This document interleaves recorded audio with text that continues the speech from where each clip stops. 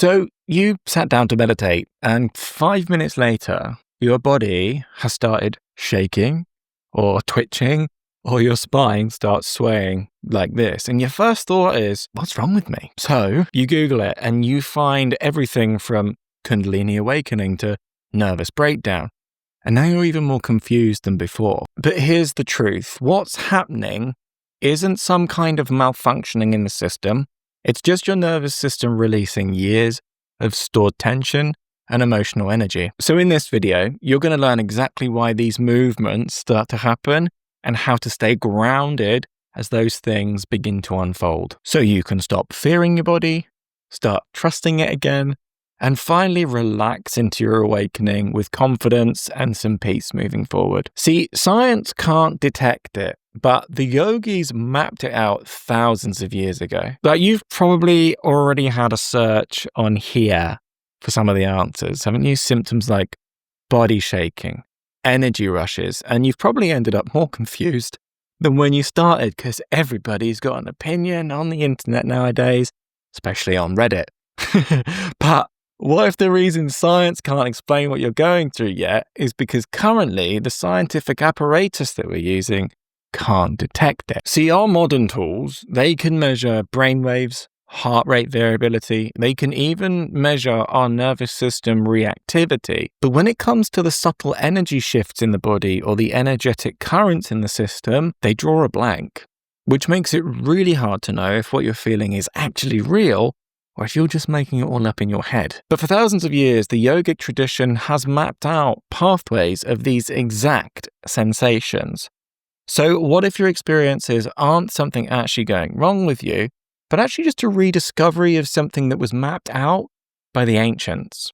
See, modern instruments, they can measure brainwaves, heart rate, but they still can't detect the energetic currents that the yogis called nadis. And these are the subtle pathways of prana that flow around the body. So if these energetic pathways are real, what are they exactly, and why do they matter during our practice? The idea of invisible energy channels can sound a little bit abstract and a little bit woo-woo, but the yogic science describes them with the same precision that we use for our physical systems like the blood vessels. And I want you to think of them this way. Think of them like blood vessels, these nadis, but instead of carrying blood, they carry energy or life force, or what we call in the tradition, prana, energy. Now, when they're clear, everything flows, a bit like a blood vessel. But when they're blocked, everything jams. And sometimes in the middle of a deep meditation, that jam can lead to jolts. So nadis are to energy what blood vessels are to blood. Channels that carry prana around the body to keep you energized and feeling alive on the inside when they flow freely. So that naturally leads us to the question then, why does our energy start jerking, twitching, or pulsing during our practice? Well, to explain this, I want you to imagine a hose in the garden with kinks in it. And suddenly somebody turns the water on in the garden to water the plants on full blast. Instead of flowing smoothly, it's going to sputter, isn't it? It's going to jump and spray in all directions. And that's exactly what's happening when energy flows through a blocked nadi. When connecting to your stillness, it starts to allow the nadis to unkink and relax just a little bit. Just like your blood vessels when you aren't super uptight and stressed, they relax. But with meditation or connecting to our stillness, we aren't actually being intentional about which channels we're unblocking. And that's because meditation isn't and wasn't ever designed for that. So some of our nadis do start to unkink. That's why we get the jolts. But others do stay kinked. And when these channels are kinked, like a garden hose, the energy doesn't flow smoothly. It spurts, it sputters, and releases in sudden bursts, doesn't it? So you finally slow down, sit still, close your eyes, try to relax, and suddenly your body feels more out of control than ever. So what gives? Because you see, it's not the method, i.e. the meditation, that triggered these jolts. It's the stillness underneath it that you connect with in your process of meditation. Now, when you connect to that stillness inside, the backlog of emotional and repressed crap, it starts to surface. See, stillness is like a factory reset on your iPhone. But you don't want to delete all of the data at once. And actually, you can't. I.e., when I say data, I mean all of the impressions that are in your system throughout a lifetime, all of the stuff that you've shoved down. So parts of the system lets go and purifies a little bit in meditation. But the energy just runs into more kinked up nadis. So without being intentional with the energy centers that we're trying to purify, your body is left to process all that tension on its own at random times, which we don't really want. And that's when the jerks, twitches, and the pulses begin. So it is a good thing, but we want to be more intentional if we can. So stillness helps you feel what's stuck, but it wasn't built to untangle your nadis. This meditation wasn't built to untangle those nadis. And that's why it looks like your body starts to malfunction. And that's because it's doing all of the work with not the right support. And this is why the yogic tradition never started a spiritual aspirant on meditation. You've probably been told meditation is the first step on the spiritual path. But what if starting there actually makes the journey harder? See, traditional yogic training began with preparing the system, not sitting still. You've seen most of our Western bodies. We couldn't sit still even if we tried. You didn't meditate on day one because you trained the body first. Imagine going to the chiropractor. Yeah, you always get the fix if they're a good chiropractor, but the pain always does start to come back in time because there's something that you're doing to create it, like sitting in a strange way or something. So if you actually never change the root, the manifestation of pain always comes back. That knot always comes back in the same place, and the chiropractor needs to do the same fix. Same here. Starting with movement wasn't optional. It was necessary. Jumping straight into meditation is fairly useless.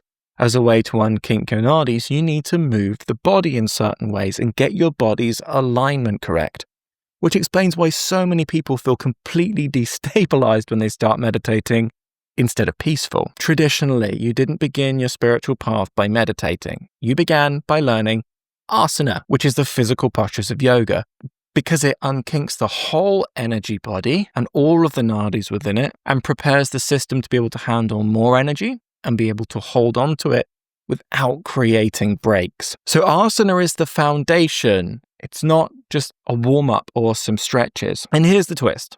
Asana isn't just stretches you do in the gym.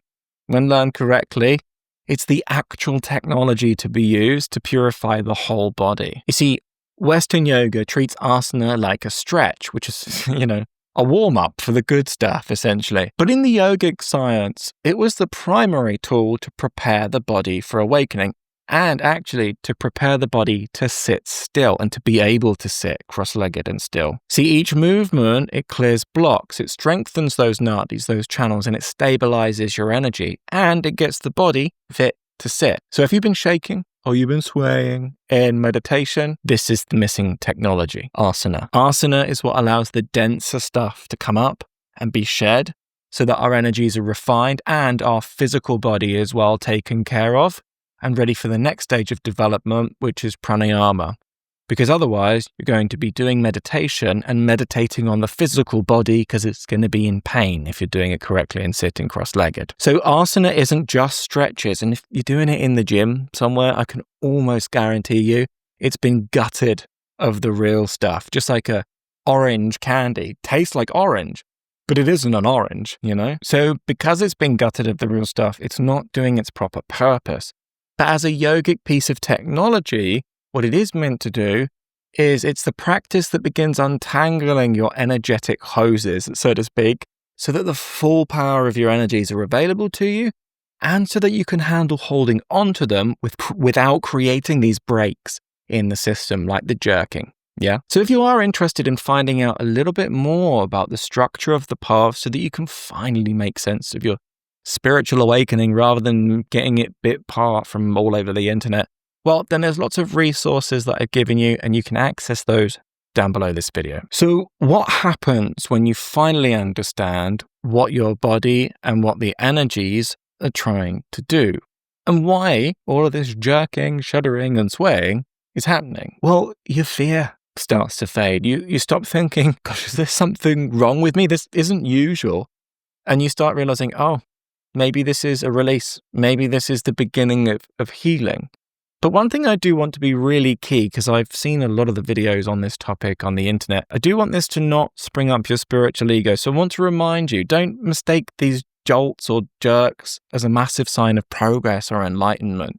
It's just now that your energy was stuck and it wants to release, it wants to start moving. And that's no doubt a good sign, but now it's time to surrender into the real work, which, if you're willing to do it sincerely, is asana. And the mind might go, but asana is boring. And it's like, okay, sure. But the best way to do this path is step by step, because you need a foundation that's built on something solid. And asana creates that solid foundation physically with the body, but it also does a lot of deep work energetically with these nadis that meditation or breath work don't and can't do on their own. So the twitches, they are blockages beginning to clear. The swaying is your system aligning with the flow of the cosmos. And once you stop resisting this and soften into the experience a little bit, it's okay if there's a bit of fear here and there. Things don't have to feel so heavy anymore. I think we're just so easy to react with panic nowadays. And it's kind of understandable, isn't it? Because it's kind of new. But hopefully we can soften this in time. Because once you see that these movements are just your system kind of doing its job, releasing what's blocked, you stop fearing it and you start getting intentional, if you want to, with which energy channels you want to unblock next. And so then you use the proper practices to be able to do that. And this is what it means to become conscious over our whole system. So now that you're no longer fearing the chaos of your awakening and you understand what's really happening in your system, then what do you do when your old sense of self starts falling apart, starts crumbling, and nothing stable rushes in to replace it yet? Well, in the next video, which is right there, we're going to explore what it actually means to lose your identity and why it feels so damn disorienting, and how this unraveling is the first real glimpse of who you truly are. So if you're interested in that, then I'll see you right there.